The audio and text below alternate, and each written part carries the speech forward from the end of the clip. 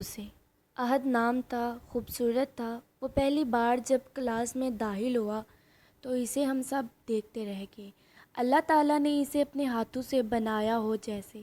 پہلی بار جو ہی وہ کلاس میں داخل ہوا تو سبھی کی آرزو تھی کہ وہ اس کے ساتھ بیٹھے، لیکن سوائے اتفاق کے اس کی نزدیکی سیٹ شازیہ کی تھی جو خالی تھی، لہٰذا کلاس روم کے پچھلے دروازے سے داخل ہوتے ہی وہ شازیہ کے برابر والی خالی نشست پر بیٹھ گیا۔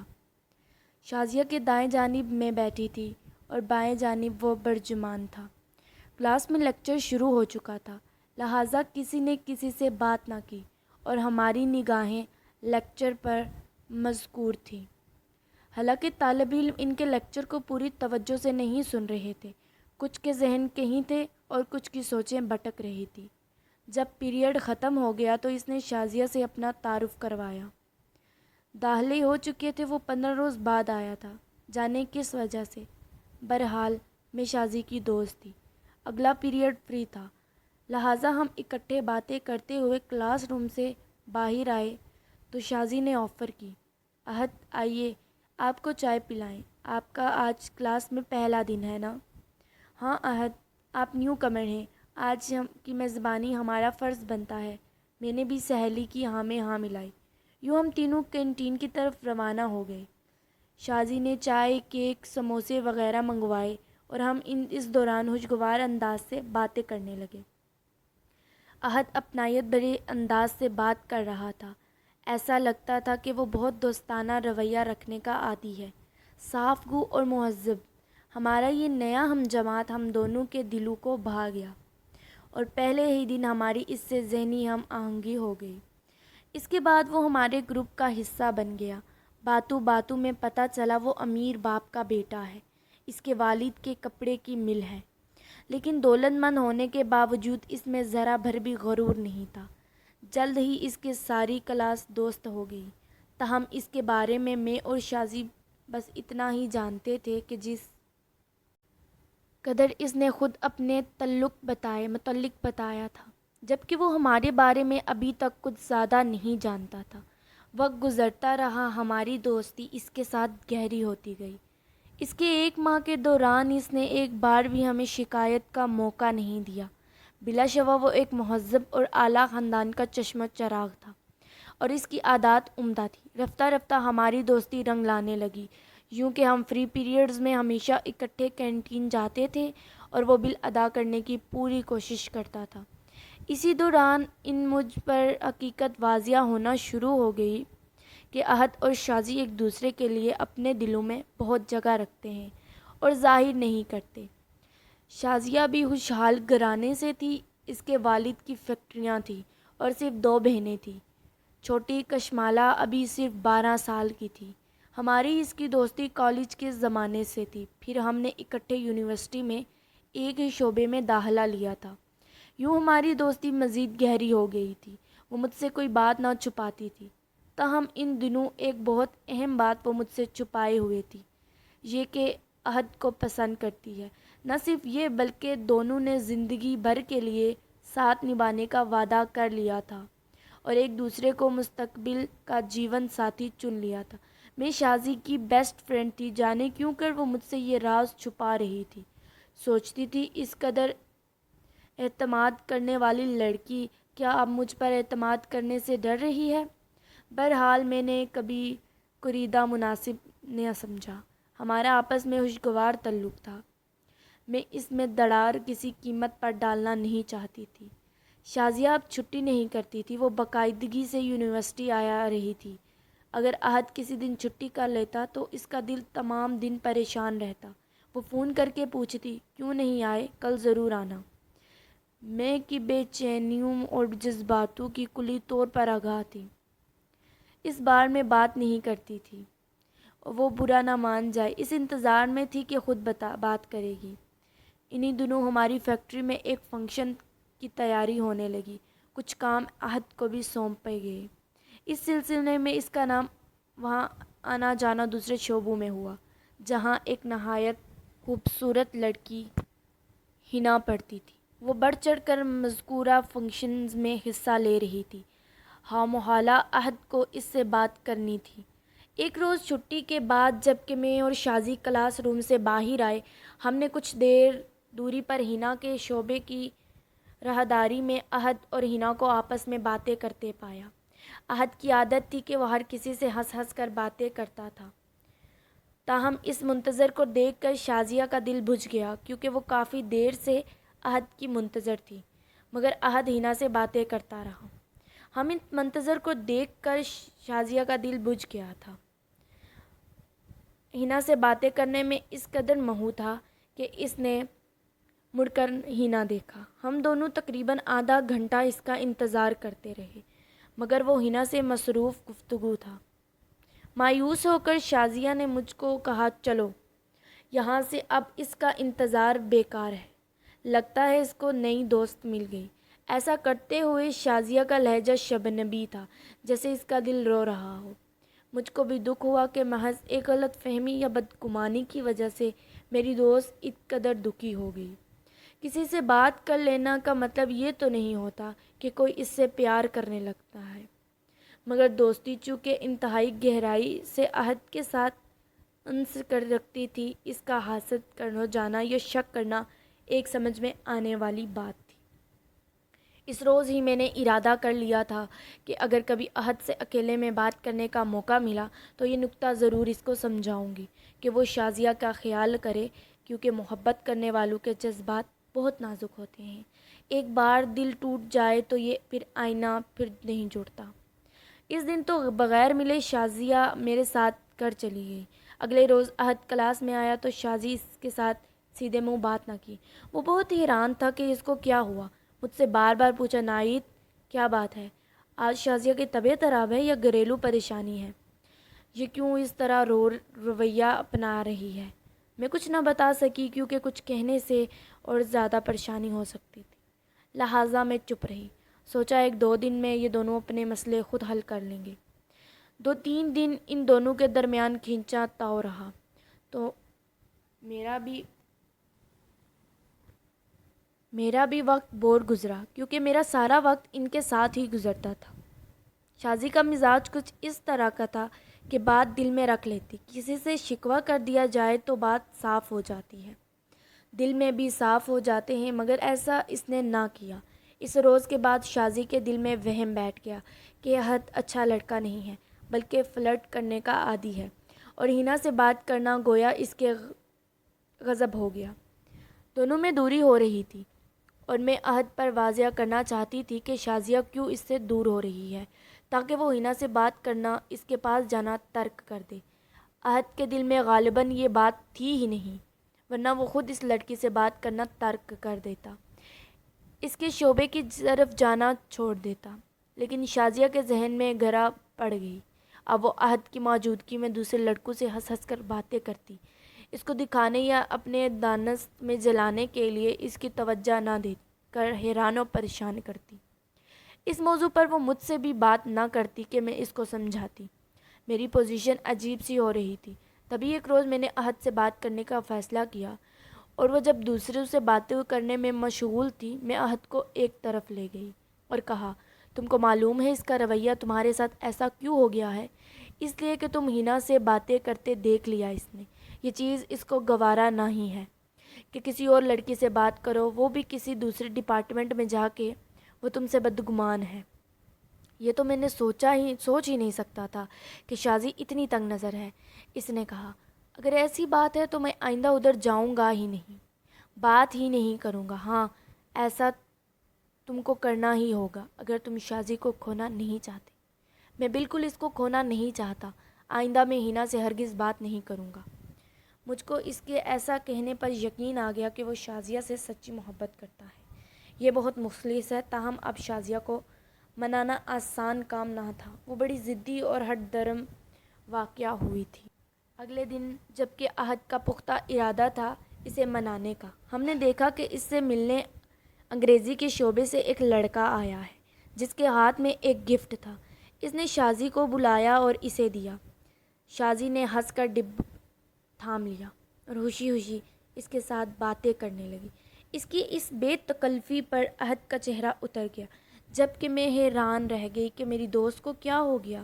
پہلے تو وہ کبھی اس نے کسی لڑکے سے ایسی دوستی نہ کی تھی کہ گفٹ لیتی، اب وہ ایسا کر رہی تھی۔ کیا محض عہد کو جلانا یا اس سے بدلہ لے رہی تھی؟ لیکن یہ تو نادانی کر رہی تھی۔ اپنے پاؤں پر آپ کلہاڑی مارنا کہاں کی عقل مندی تھی؟ وہ جو عہد سے شادی کرنے والی تھی، سالانہ امتحان کے بعد اب وہ دوسرے لڑکے سے دوستی کا ہاتھ بڑھا کر اپنے ہونے والے جیون ساتھی پر کیا ثابت کرنا چاہتی تھی؟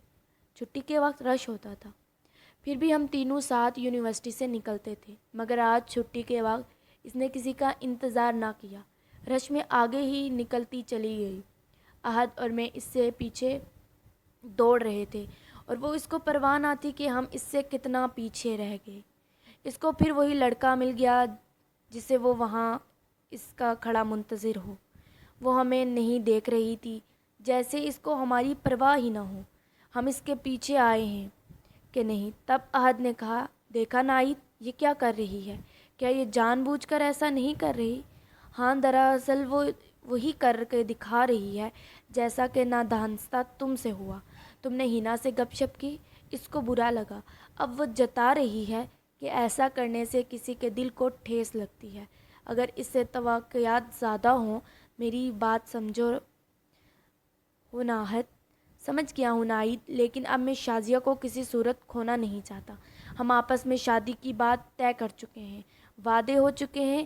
اس مرحلے پر اگر کسی غیر ہم ہستی کی وجہ سے ہماری دوستی ٹوٹ جائے تو پھر دلوں کے رشتے اتنی جلد نہیں ٹوٹتے۔ میں نے عہد کیا ہے اب کبھی ہینا کو کیا کسی لڑکی سے بات نہیں کروں گا، تاکہ شازیہ کا اعتماد مجھ پر برحمال ہو جائے۔ شازیہ کے دل میں اس طرح کا ابال پڑا کہ اس کا اعتماد بحال نہ ہو سکا۔ وہ اب دوسرے لڑکے علیم سے کہتی کہ تم فکر مت کرو، جیسا تم چاہو گے ویسا ہی ہوگا۔ پھر کب ملو گے؟ اچھا ٹھیک ہے، تم سے فون پر بات کر لوں گی۔ میں سمجھتی تھی کہ یہ باتیں صرف عہد کو ستانے کو کہتی ہے۔ آخر کار میں چپ نہ رہ سکی اور میں نے اپنی دوست کو سمجھانا شروع کیا کہ شازیہ تمہارے رویہ ٹھیک نہیں، اس کو ٹھیک کر لو۔ دوستوں کے ساتھ ایسا نہیں کرتے، جو تم کر رہی ہو غلط کر رہی ہو۔ تم ایک بہت اچھے دوست کو ہرٹ کر رہی ہو، بلکہ اس کو کھو رہی ہو، ایک اچھے دوست کو ہی نہیں بلکہ ایک اچھے انسان کو بھی۔ وہ کہتی، اس نے بھی تو مجھے ہرٹ کیا ہے، کتنی بار میرے سامنے دیر تک وہ ہنس ہنس کر ہینا سے باتیں کرتا تھا، تو کیا مجھ کو دکھ نہیں ہوتا تھا؟ جو دکھ اس نے سہا ہے اب وہ بھی سہے، تاکہ اس کو پتہ چلے ہرجائی ہونے کا صدمہ کیا ہوتا ہے۔ یہ باتیں میں عہد کو بتاتی تھی کہ وہ عارضی طور پر ایسا کر رہی ہے، صرف غصہ ہے، جب ٹھنڈا ہو جائے گی خود ہی ٹھیک ہو جائے گی۔ عہد اور میں آپس میں ضرور باتیں کرتے تھے، مگر شازیہ کے حق میں، تاکہ عہد اور شازیہ کی دوستی برحال ہو جائے اور اس لڑکے کا دل اپنے ہونے والوں ساتھیوں سے صاف ہو جائے۔ مجھ کو گمان بھی نہ تھا کہ وہ مجھ پر اور عہد پر بھی شک کرنا شروع کر دے۔ میں عہد کو اپنی سہیلی کے حق میں سمجھا رہی تھی، کہتی تھی کہ شازیہ یہ بہت اچھی لڑکی ہے، بہت اچھی لڑکی ہے۔ وہ اپنا دل اس کی طرف سے صاف رکھے، تم اس سے بد دل نہ ہو جانا، یہ محض دکھاوے کو تم کو جلاتی ہے، خدارا اس سے پیار کا بندھن نہ توڑ لینا۔ اور شازی نے مجھے بھی غلط سمجھ لیا، مجھ سے بھی بولنا کم کر دیا۔ ایک وقت آیا کہ اس نے میری نشست پر کسی اور کو بٹھا لیا، اب وہ میرے ساتھ بیٹھنا بھی گوارا نہ کر رہی تھی۔ اس چیز کو مجھے بہت صدمہ ہوا۔ ایسا تو میں سوچ نہ سکتی تھی کہ وہ 6 سال کی دوستی یوں پل بھر میں توڑ دے گی۔ اس کو خبر تھی کہ میں عہد کو بائی کہتی ہوں۔ اس نے اس الفاظ کا احساس نہ کیا اور ایک دن یہ کہہ دیا، مجھ کو خبر نہ تھی کہ سانپ میری اپنی آستین میں ہے۔ میری چاہت پر ڈاکہ ڈالنے والی ہینا نہیں تم ہوگی۔ اگر خبر ہوتی تو تم سے دوستی کبھی نہ کرتی۔ عہد تو اتنا فراخ دل تھا کہ اس نے کبھی شازیہ پر شک نہ کیا تھا اور اس کو غلط سمجھا۔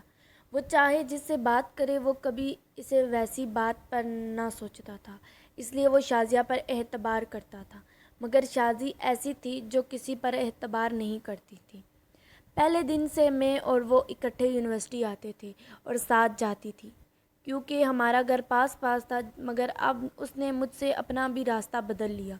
وہ بغیر مجھے بتائے یونیورسٹی چلی جاتی، چھٹی ہوتے ہی غائب۔ اس صورتحال کی وجہ سے میں خاصی پریشان تھی۔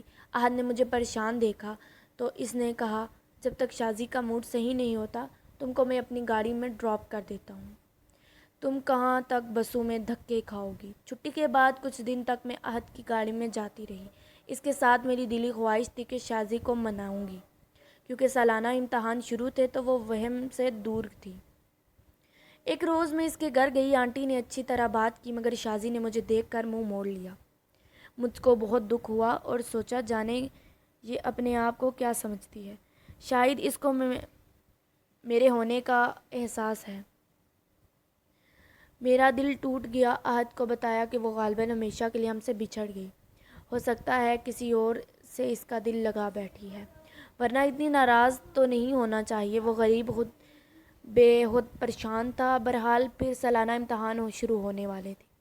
اس سے کچھ عرصے کے لیے ہماری چھٹیاں ہوگی۔ میں اپنے اخلاق کی مالک تھی، کلاس میں بہترین پوزیشن تھی، ٹیچرز اور طالب علم، کلاس فیلو سبھی میری عزت کرتے تھے۔ میں نے کبھی کسی کا دل نہ دکھایا تھا۔ آخر ایک اور بار میں نے اپنی دوست کو سمجھایا کہ شازی دیکھو، اجنبی لڑکوں سے اپنی قیمتی گفٹ لینا درست نہیں۔ تب اس نے دھڑام سے جواب دیا، آئندہ میرے ذاتی معاملات میں دخل دینے کی ضرورت نہیں۔ ٹھیک ہے، بتاؤ تو صحیح، اس لڑکے سے تمہارا رشتہ کیا ہے جو تم گفٹ لے رہی ہو؟ کہا نا، یہ میرا ذاتی معاملہ ہے، میں کیا کرتی ہوں، کس سے ملتی ہوں، اس سے تمہیں کچھ مطلب نہ ہونا چاہیے۔ تم کو سمجھانا میرا فرض ہے کیونکہ میں تمہاری دوست ہوں۔ میں نے آخری کوشش کی، درست ہو۔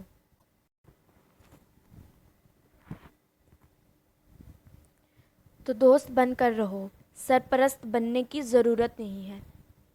سمجھ لو کہ وہ لڑکا میرا منگیتر ہے، ہماری 1 سال پہلے منگنی ہوئی تھی۔ وہ صریحاً جھوٹ بول رہی تھی کیونکہ میرا اس کے گھر کے پاس ہی گھر تھا۔ ایسا کچھ بھی نہیں ہوا تھا۔ یہ سن کر میرے پیروں تلے زمین نکل گئی، کیونکہ احد کے لیے شازیہ کا پیار زندگی اور موت کا معاملہ تھا۔ اب یہ بات میں اس کو کیسے بتا پاؤں گی، یہی سوچ سوچ کر مجھ کو وحشت ہو رہی تھی۔ مجھ کو اپنے کانوں پر یقین نہیں تھا۔ بہرحال جو اس نے کہا میں نے احد کو بتا دیا۔ اس کو بے حد صدمہ ہوا۔ وہ بیمار ہو گیا، یونیورسٹی آنا بند کر دیا۔ 15 روز نہ آیا۔ اب امتحان سر پر تھے۔ اس کے دوستوں کا روز فون آتا تھا کہ چھٹیاں ختم ہو گئی، اس کے بعد بھی تم نہیں آ رہی ہو، کیا بات ہے؟ میں بھی پریشان تھی۔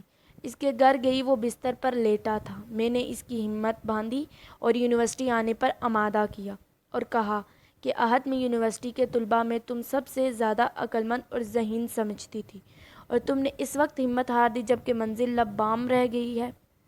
جو ہونا ہے وہ ہو کر رہے گا، تم یونیورسٹی آؤ اور امتحان دو۔ میری باتوں کا اس پر اثر ہوا۔ اس کی امی نے ساری باتیں سن لی۔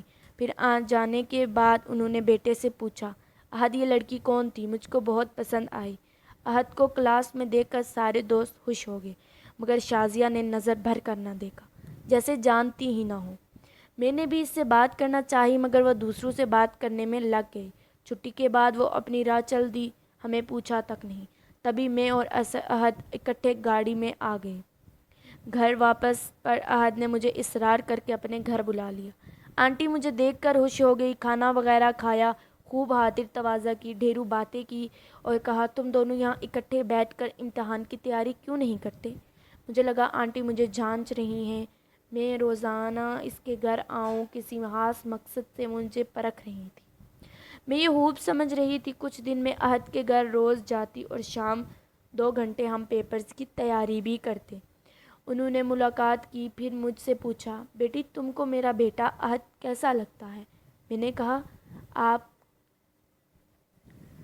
تو انہوں نے مجھ سے پوچھا کہ بیٹا تمہیں میرا احد کیسا لگتا ہے؟ میں نے کہا آپ کا بیٹا بہت اچھا ہے، ساری کلاس میں ان کا اخلاق سب سے اچھا ہے۔ پھر یہی سوال گھر جا کر انہوں نے اپنے بیٹے سے کیا۔ اس نے جواب دیا، اچھی لڑکی ہے اس لیے تو اچھی لگتی ہے۔ رزلٹ کے بعد آنٹی انکل ہمارے گھر آئے اور میرا رشتہ اپنے بیٹے کے لیے طے کر گئے۔ میں نے اندازہ کر لیا تھا احد شازیہ کو اپنے دل سے نکال چکا ہے، لہٰذا اس نے بھی اس رشتے کو قبول کر لیا۔ یوں ہماری شادی ہو گئی۔ شروع میں مجھ کو گمان بھی نہ تھا کہ میری شادی احد سے ہوگی، لیکن جب ہوئی تو میں نے خدا کو مان لیا کہ واقعہ ہی وہی ہوتا ہے جو خدا کو منظور ہوتا ہے۔ میرے رب کو بھی میرا اور احد کا ساتھ منظور تھا، ورنہ شازیہ اور احد کو ایک ہونے اور انہیں منانے میں نے کوئی کسر نہ چھوڑی تھی۔ آج ہم دونوں خوش و خرم زندگی بسر کر رہے ہیں۔ ہمارے 2 بچے ہیں۔ شازیہ کی ابھی تک شادی نہیں ہوئی۔ وہ ہم سے ناراض ہے، خاص طور پر میرے بارے میں کہتی ہے کہ اس نے میرے حق پر ڈاکہ ڈالا ہے۔ اب کون اس سے پوچھے، ناراض تم ہوئی اور تم نے خود عہد کو چھوڑا۔ ناراضگی اتنی طویل نہیں ہونی چاہیے کہ پیار کرنے والے دل مایوس ہو جائیں۔ تم نے کیوں اپنے پیار کو امتحان میں ڈالا؟ جبکہ میں کہتی رہی شازی اب غصہ ختم کر دو اور زیادہ اپنے پیار کو مت آزماؤ۔ ایسا نہ ہو کہ تم عہد کو کھو دو۔ آخر کار اس نے اسے کھو دیا۔ اب کسی سے شکوہ اور کیوں؟ قصور تو شازی کا اپنا ہے، ہمارا تو نہیں۔ ہم نے تو اس کو راضی کرنے کے لیے بڑی سعی کی تھی۔ خدا جانے کس بات کا غرور تھا کہ بار بار ہمیں ٹھکراتی تھی، لیکن اب تو اس نے عہد کو کھو دیا۔ عہد نے اسے بلا دیا۔ اسے بھی چاہیے کہ وہ عہد کو بلا دے۔